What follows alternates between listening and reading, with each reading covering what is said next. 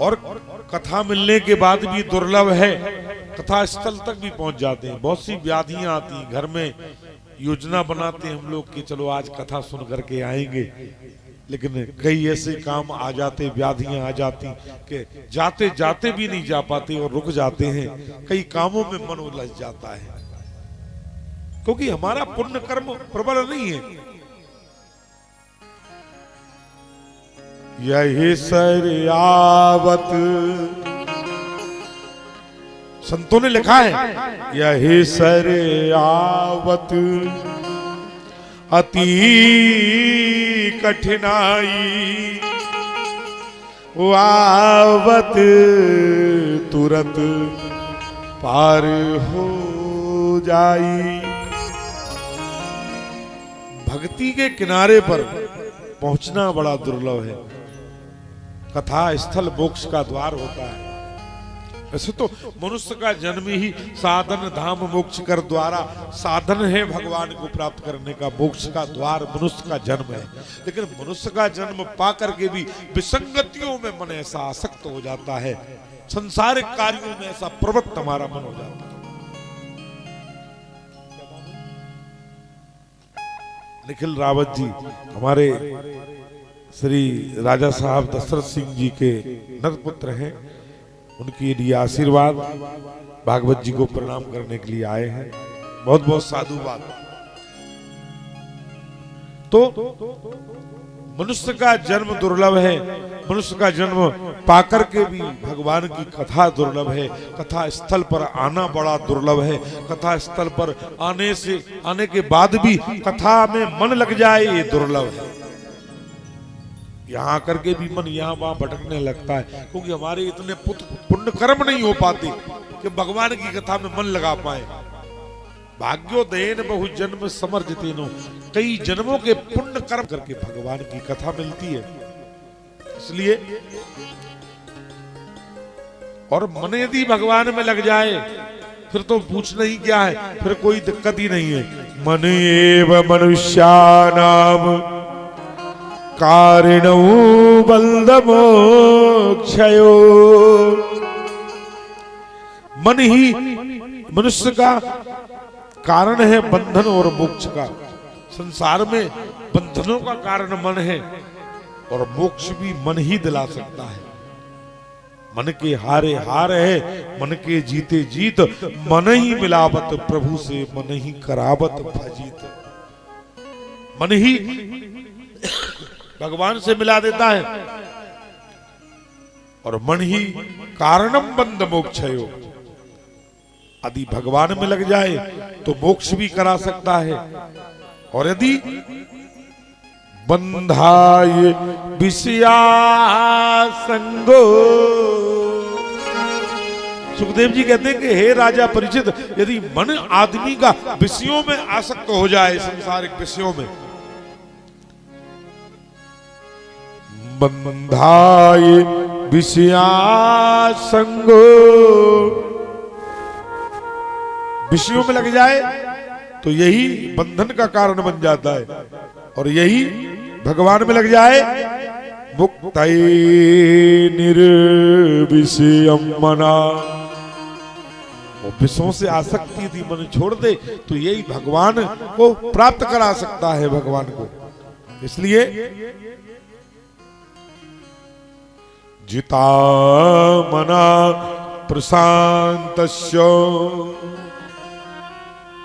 परमात्मा समाहिता, शीतोष्ण सुख दुखेषु तथा मानापमानयो।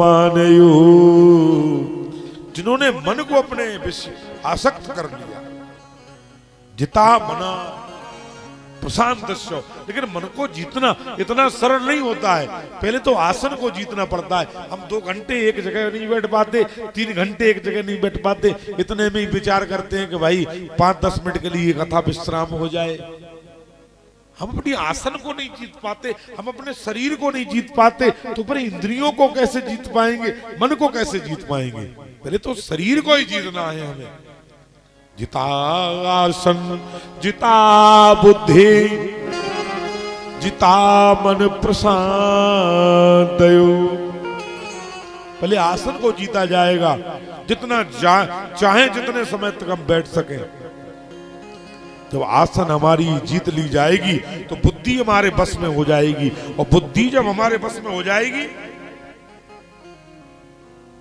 तो बुद्धि मन को बस में कर सकती है, हम नहीं कर सकते, शरीर नहीं कर सकता है। बुद्धि बस में हो जाएगी तो बुद्धि मन को बस में कर सकती है। और जब मन बस में हो जाएगा तो फिर ये 10 इंद्रियां, 5 कर्म इंद्रियां, 5 ज्ञान इंद्रियां, बाड, मन, चक्षु, घ्राण, श्रोत्र, जीवा, पाद, पयु, गत्यो, ये 10 इंद्रियां जो है हमारी, 10 इंद्रियां हमारे बस में हो जाएंगी। ये शरीर रथ है और मन इसका सारथी है, आत्मा इसका स्वामी सवार है, और इंद्रियां तो 10 हैं, वो उसके घोड़े हैं।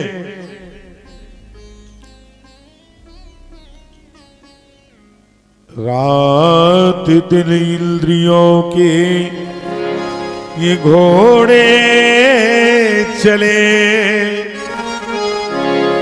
देखो संयम के इन पर ये कोड़े लगे। अपने मन को, अपने रथ को सुमार्ग चलाते चलो।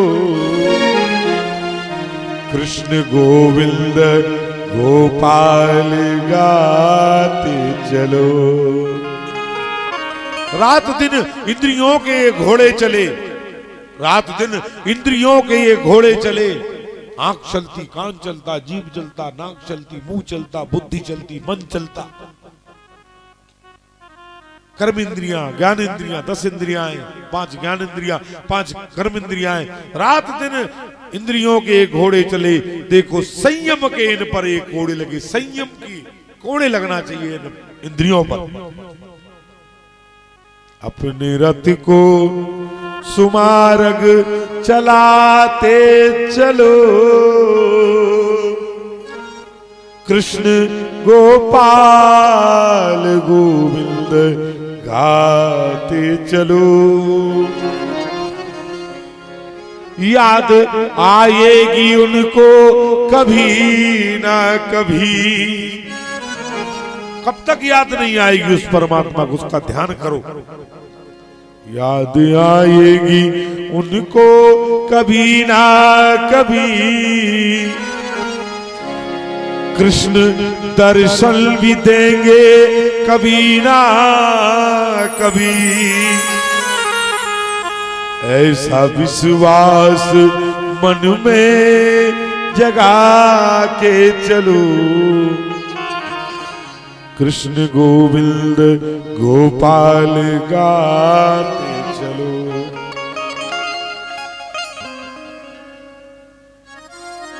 मन को विषयों से जब हटाओगे तब जाकर के भगवान मिलेंगे, क्योंकि हमारे अंदर ही लुटेरे बैठे हुए हैं। इतने लुटेरे हैं जो रोज लूट मचा रहे हैं हमारे अंदर। कौन कौन लुटेरे हैं? काम क्रोध लोभ मोहा देहे तिष्ठति तस्करा। तस्कर माने लुटेरा, ये तस्करी करते हैं हमारे। कौन कौन है? ले काम क्रोध लोभ मोह देहे तिष्ठन्ति तस्करा। आदमी गुस्सा करता है, ठीक है, क्रोध करता है। क्रोध जरूरी है भाई। यदि कोई चीज भगवान ने बनाई है तो वो जरूरी है। यदि जरूरी नहीं होती तो भगवान बनाते नहीं। क्रोध भी जरूरी है, काम भी जरूरी है, मोह भी जरूरी है, लोभ भी जरूरी है। लेकिन अंतर इतना है कि हम उसका अनुपात नहीं लगा पाते कि कितना करना है कितना नहीं करना। बात अनुपात की है, ज्यादा कर बैठते हैं। जैसे नमक है ना, सब्जी में नमक जरूरी है, लेकिन वही यदि लिमिट में रहेगा तो स्वाद बन जाएगा। यदि थोड़ा लिमिट से ज्यादा हो जाएगा तो सब्जी नमक से बिगड़ जाएगी, आप खा नहीं पाओगे, बेस्वाद हो जाएगा। हर चीज लिमिट में। मिर्ची जरूरी है सब्जी में भाई, बनाई इसलिए गई है वो, दुनिया में भगवान ने जो चीज बनाई उसका जरूरी तो है वो चीज, लेकिन हर चीज लिमिट में। मिर्ची यदि लिमिट में डालोगे तो सब्जी स्वादिष्ट बन जाएगी, और लिमिट से यदि बाहर हो जाएगी तो वही बेस्वाद हो जाएगी, खा नहीं पाओगे। धनिया मसाला, गरम मसाला लिमिट में जलेगा तो जायका बन जाएगा, और लिमिट से ज्यादा हो जाएगा तो कड़वा हो जाएगा। मसाले जो सब्जी को बना सकते हैं वही सब्जी को बेस्वाद भी कर सकते हैं। इसी प्रकार से क्रोध तुम्हारे जीवन को बना सकता है, यदि आवश्यकता से अधिक करोगे तो बिगाड़ भी सकता है। काम तुम्हारे जीवन को बना सकता है, लेकिन यदि आवश्यकता से अधिक करोगे तो बिगाड़ भी सकता है। क्रोध, लोभ तुम्हारे जीवन में जरूरी है, जीवन जीने के लिए लोभ जरूरी है, लेकिन जितना चाहिए उतना जरूरी है। उससे ज्यादा कर लोगे तो जीवन को तुम्हारे बिगाड़ सकता है, वो सब्जी जैसा बेस्वाद कर देगा तुम्हारा जीवन, यदि तुम्हारा लोभ ज्यादा बढ़ जाए। इसी प्रकार से हर चीज लिमिट में। अब कई आदमी हमसे शिकायत करते, महाराज हमारे इन्हें गुस्सा बहुत आता, कई माताएं बहनें शिकायत करती कि महाराज इन्हें गुस्सा बहुत आता, बहुत ज्यादा गुस्सा आता भाई साहब के लाने। हमने भाई साहब से पूछा कि भाई साहब आपको क्यों गुस्सा आता? बोले महाराज आ ही जात, क्या बताएं काय आ जात वो तो कितने का आजाद? बोले महाराज इतने का आजाद, ये आजाद फिर जात नहीं है, आ तो जात लेकिन फिर जात नहीं है। ऐसे पाहुने को बुला क्यों रहे हो कि जो आ जाए फिर घर ही में जम के रह जाए ना, ऐसे पाहुने को बुलाना नहीं है। अरे पाहुने ऐसा बुलाओ, रिश्तेदार ऐसा बुलाओ कि आए हो जाए, आना हो जाला तो अच्छा है, प्रेम बना रहेगा। वहां जाए और पांव पसार कहीं रह जाए तुम्हारे। ब्रजवासी कहते बोले बेटा ससुराल सुख की सार, ससुराल सुख की सार है। लेकिन एक ब्रजवासी बोले भैया दिन ही 2-4 है, ससुराल में आनंद जरूर है लेकिन 2-4 दिन आए, जाके बाद फिर तो। जीजा जी कहाँ जा रहे? पितरवार जा रहे, लो एक सब्जी लेता आई हो वहां से, लो जो सामान लेता आई हो। तो ससुराल सुख की सार है लेकिन दिना 2-4 है, जैसे तो बेकार है, 2-4 दिना से ज्यादा बेकार है। तो बोले महाराज आ जात लेकिन जात नहीं है। भैया ऐसे आदमी को तुम बुलात काहे हो कि जो आ जात पर जात नहीं है? जिसे बुलाना आता है उसे विदा करना नहीं आता, उसे भगाना नहीं आता है, ऐसे आदमी को बुलाते क्यों हो? क्रोध को बुलाना आ गया महाराज, अब शांत नहीं होता है, जाता नहीं है, उसे बुलाओ मत। जिसे तुम्हें विदा करना नहीं आता और आया ठीक है, बहुत अच्छी बात, स्वागत है, जरूरी है। थोड़ा सा आंख निकाल दो, बच्चे इतने में डर जाएं, बस इतना ही ठीक है। अब इतना आ जाए कि तुम डंडा उठा के सोताई करने को लग जाओ और फिर मान ही नहीं रहे। बच्चों की माँ भी कह रही अब रहने दो, बहुत ज्यादा होगा, मर जाएगा, पांव टूट जाएगा, हाथ टूट नहीं, लेकिन मान ही नहीं रहे। इतने क्रोध आ गया कि अब शांत ही नहीं हो रहा। आ जाए ठीक है, लेकिन काम कराओ और भगाओ। इन्हें नौकर बना करके रखोगे तो जीवन सुंदर बन जाएगा, इन्हें नौकरों को मालिक बना लोगे तो जीवन बिगड़ जाएगा। ये सब नौकर होना चाहिए तुम्हारे। भगवान ने तुम्हें जीने के लिए, सेवा करने के लिए ये सब बनाए, नौकर है। कौन कौन? काम क्रोध लोभ मोहा देहे तिष्ठन्ति तस्करा हरन्ति ज्ञान रत्नानि तस्मा जाग्रही।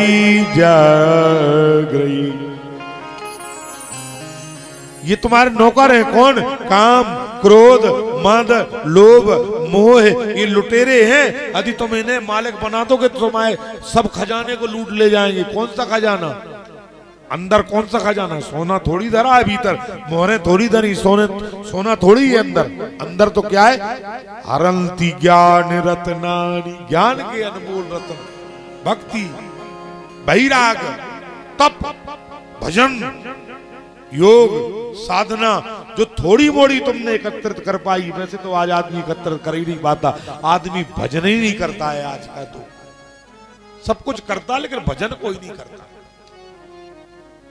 अरे घंटे आध घंटे भगवान का सुमरण करो, आध घंटे बैठ करके भगवान का नाम आदमी कहता है कि बहुत परेशान है महाराज। परेशान क्यों है? परेशान इसलिए है क्योंकि आध घंटे भगवान के पास बैठ करके कभी शांति से भगवान का नाम नहीं लेता, इसलिए परेशान है। यदि 1 घंटे भगवान को नित्य देने लगे तो गारंटी है, मेरी गारंटी का, उसके सारे कष्ट मिट जाएंगे।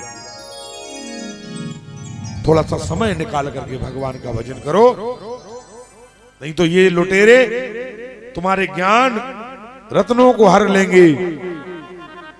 जन्म दुख्यम जरा दुख्यम, सुखदेव जी कहते राजन, जन्म दुख्यम जरा दुख्यम जाया दुख्यम पुनः पुनः, अंत काले महा दुख्यम तस्मा जागरहि जागरहि। ये संसार में जब आता है तो माता के गर्भ में उल्टा पड़ा रहता है, मलमूत्र में सना रहता, वहीं से दुख शुरू हो जाता है, यहां सुख नहीं है।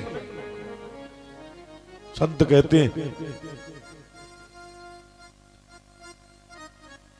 जो सुख पायो राम भजन में, सो सुख नाही अमीरी में, मन लागो यार फकीरी।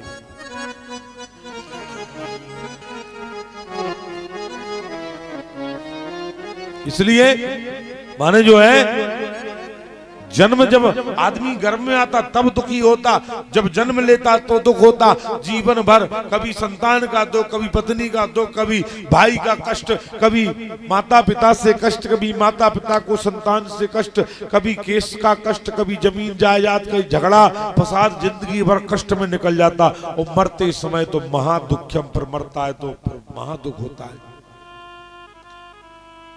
ये संसार कैसा है? सपने के समान है। ऐश्वर्ये स्वप्न संकासं जीवनं कुसुमोपमं क्षणकौ चलवायुष्यं तस्मा जागरहि जागरहि। जैसे सपना देखता है आदमी रात में सोते समय, हम राजा बन गए, हमें सांप काट लिया, वो घबराता है, आंख खुली तो कुछ नहीं। ऐसे ये संसार भी सपने के समान है, जब तक देख रहे हैं कि तुम्हारा है, वो आंख बंद पर कुछ नहीं किसी का है। आशाया बद्धते लोका कर्मणा परिबद्धते, आयु क्षयं न जानाति तस्मा जागरहि जागरहि। दिन दिन आयु खत्म हो रही है, दिन दिन हम काल के गाल की ओर जा रहे हैं। एक एक कदम बढ़ रहा है, एक दिन खत्म तो एक कदम बढ़ गया, एक दिन खत्म तो एक कदम बढ़ गया, एक दिन खत्म तो एक कदम बढ़ गया। दिन दिन काल की ओर जा रहे हैं, एक दिन काल के मुंह में समा जाएंगे। इसलिए जाग जाओ, अभी भी सवेरा है। इसलिए इन शास्त्रों की रचना की गई कि सोते हुए, माया की नींद में सोते हुए मनुष्यों को जगाया जा सके। क्योंकि मोहे निसाजी में सोवन हारा,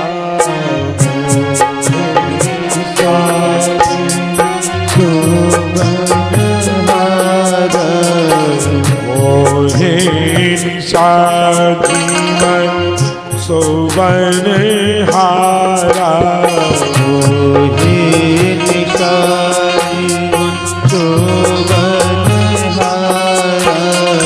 देखहु सपन अनेक प्रकारा, देखहु सपन अनेक प्रकारा। उमा कहूँ मैं अनुभव अपना, उमा कहूँ मैं अनुभव अपना, उमा कहूँ मैं अनुभव अपना, उमा कहूँ मैं अनुभव अपना।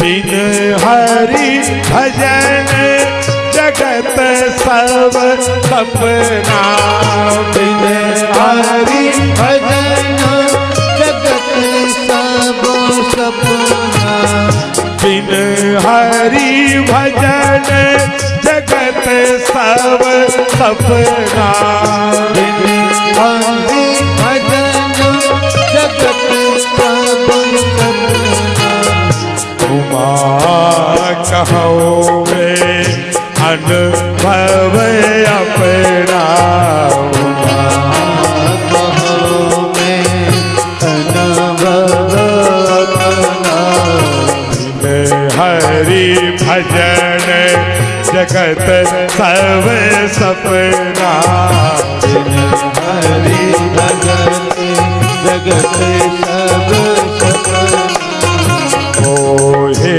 निशाची मन सोवन हारा, मोहे निशा जीवन शोभन हारा, देखहु सपन अनेक प्रकारा, देखहु सपन अनेक प्रकारा,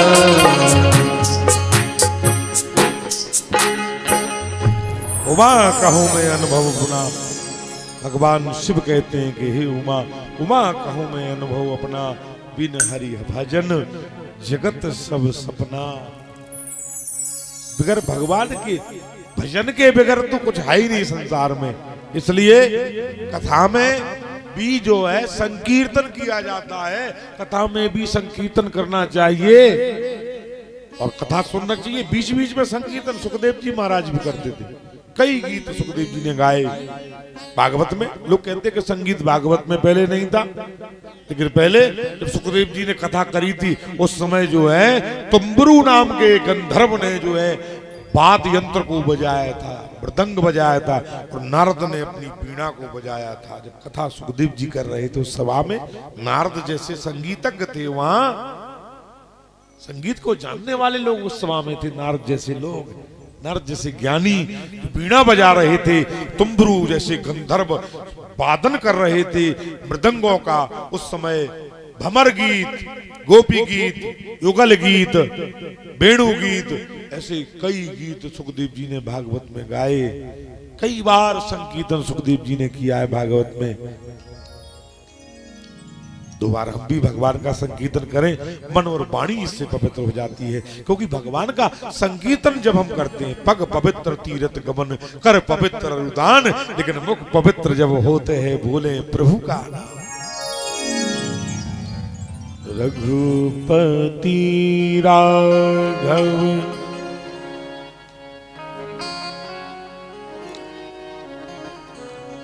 रघुपति राघव राजा राम,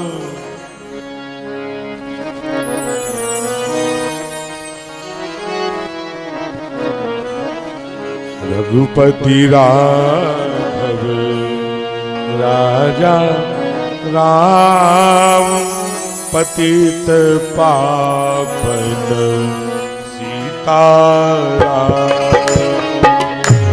रघुपति राघव राजा राम, पतित पावन सीताराम।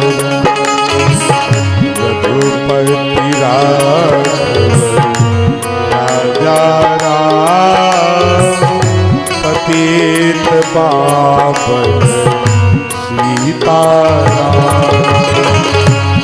सभी लोग गाएंगे, संकीर्तन का मतलब है सब लोग गाएंगे। पतित पावन सीताराम।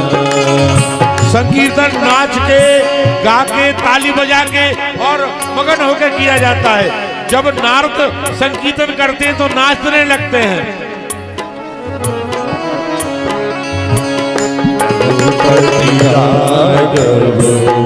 राजा राम, पतित पावन सीताराम। रघुपति राघव राजा राम, पतित पावन सीताराम।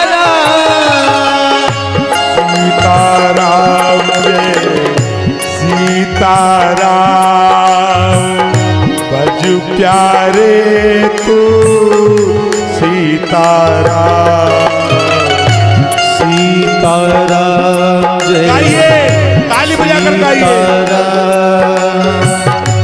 भज प्यारे तू सीताराम।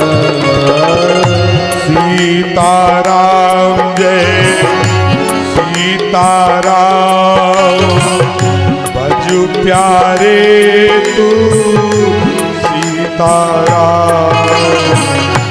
सीताराम जय सीताराम, भज प्यारे तू सीताराम। रघुपति राजा राम, पतित पावन सीताराम। रघुपति राघव राजा राम, पतित पावन सीताराम।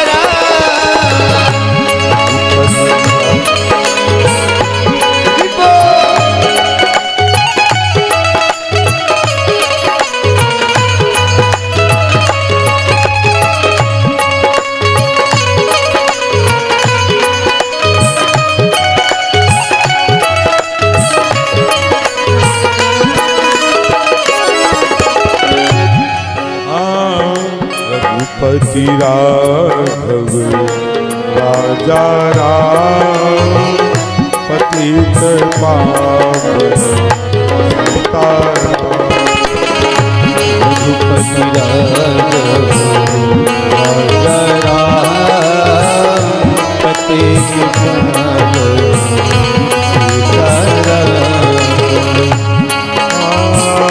कौशल्या के प्यारे राम, दशरथ राज दुलारे राम। कौशल्या के प्यारे राम, दशरथ राज दुलारे राम। कौशल्या के प्यारे राम, दशरथ राज दुलारे राम। कौशल्या के प्यारे राम, दशरथ राज दुलारे राम। रघुपति राजा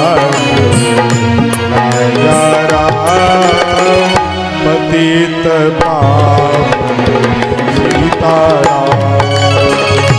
रघुपति राघव राजा राम, पतित पावन सीताराम।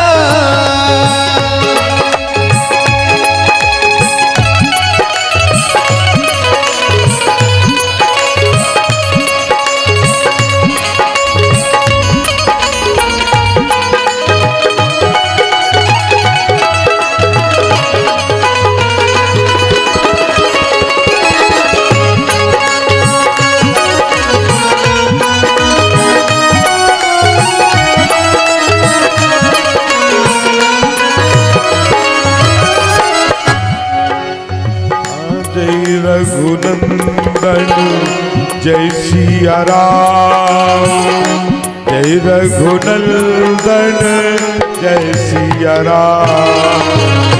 जय रघुनंदन जय सिया राम, जय रघुनंदन जय सिया राम। जय रघुनंदन जय सिया राम, संकट मोचन जय हनुमान। जय रघुनंदन जय सिया राम, संकट मोचन जय हनुमान। रघुपति राजा राम, पतित पावन सीताराम। रघुपति राघव राजा राम, पतित पावन सीताराम।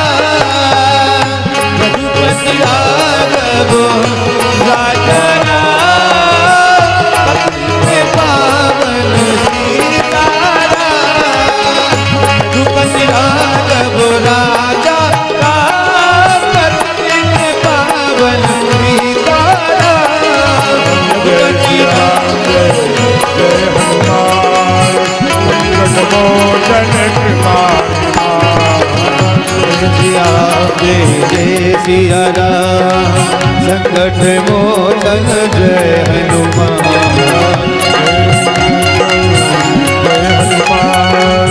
संकट मोचन कृपा निधान। जय सिया राम जय सिया राम, संकट मोचन कृपा निधान। रघुपति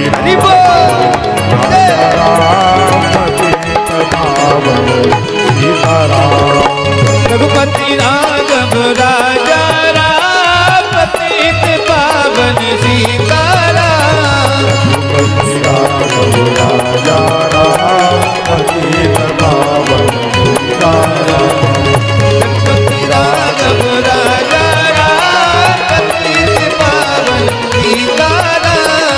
रघुपति राघव राजा राम, पतित पावन सीताराम।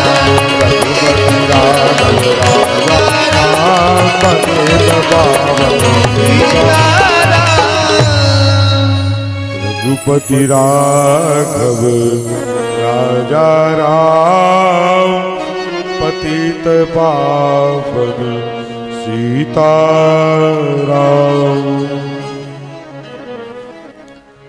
सुखदेव जी राजा परीक्षित को कथा सुनाते हुए कहते हैं कि राजन, भगवान के अनंत अवतार धरती में हुए, लेकिन 24 अवतारों को सुखदेव जी ने राजा परीक्षित के लिए विशेष रूप से वर्णन करके बताया। ऐसा नहीं कि इन 24 अवतारों के अलावा कोई भगवान का और अवतार नहीं है, और भी भगवान के बहुत से अवतार हैं, लेकिन मुख्य भागवत जी में 24 अवतार आए हैं। उन 24 अवतारों को हम जानेंगे। सबसे पहले सनत कुमार नाम से अवतार भगवान ने लिया इस धरती पर।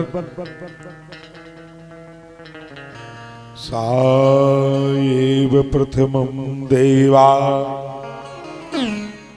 कौमारौ सर्गमास्थिता,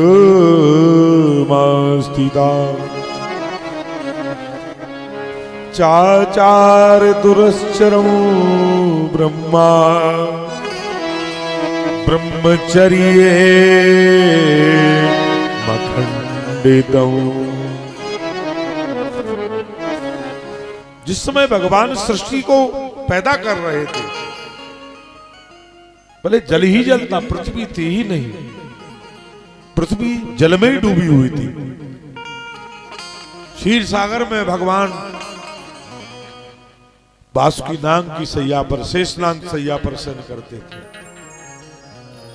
शयन करते थे विष्णु क्षीर सागर शेष सैया पर। शयन करते थे विष्णु क्षीर सागर शेष सैया पर। तब प्रभु के मन में एक कौतुक विचारा था। एक लीला रची भगवान ने। संसार भगवान की लीला है। ये संसार क्या है? भगवान की, परमात्मा की लीला है। हम सब, आप जो भी कर रहे हैं, ये भगवान की लीला है। वो सब कुछ करा रहा है। बदेऊ की मरकट की नाई, वो सबई नचावत राम गोसाई। संसार में दो नचाने वाले हैं, एक तो भगवान की माया और एक भगवान। ये दोनों, भगवान और भगवान की माया। माया कौन है? साक्षात स्त्री का स्वरूप माया है। भगवान ने स्त्री की रचना की। पुरुष परमात्मा का स्वरूप है और प्रकृति स्त्री, माने स्त्री प्रकृति का स्वरूप है। जो प्रकृति है ना, ये प्रकृति का स्वरूप है। यानी ये कह सकते हो कि प्रकृति शक्ति है और प्रभु ब्रह्म है, अर्थात मनुष्य ब्रह्म है और स्त्री शक्ति है। शक्ति और ब्रह्म मिलकर के सृष्टि का संधान करते हैं। जब दोनों मिलकर के सृष्टि को बनाते हैं, एक दूसरे की सहायता के बगैर सृष्टि को बनाया नहीं जा सकता है।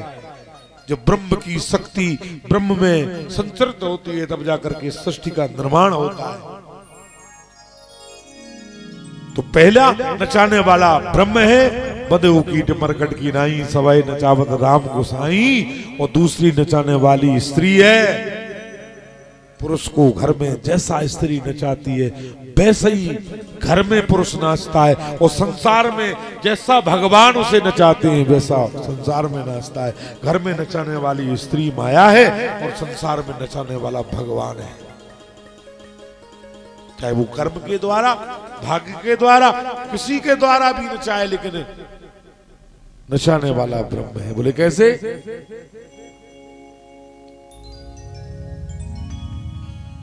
महाराज, स्त्री भगवान को नचाती है। स्त्री के कहने से पुरुष वही करता है जो स्त्री कहती है। घर में इतिहास को देख लो या अपने घर में झांक करके देख लो।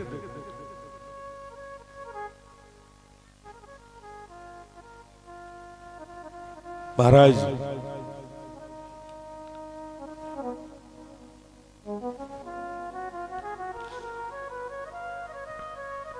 गोस्वामी जी ने लिखा है कि नारी विवश नर सकल गुसाई, ओ नाचत नर मर कटकी नाई।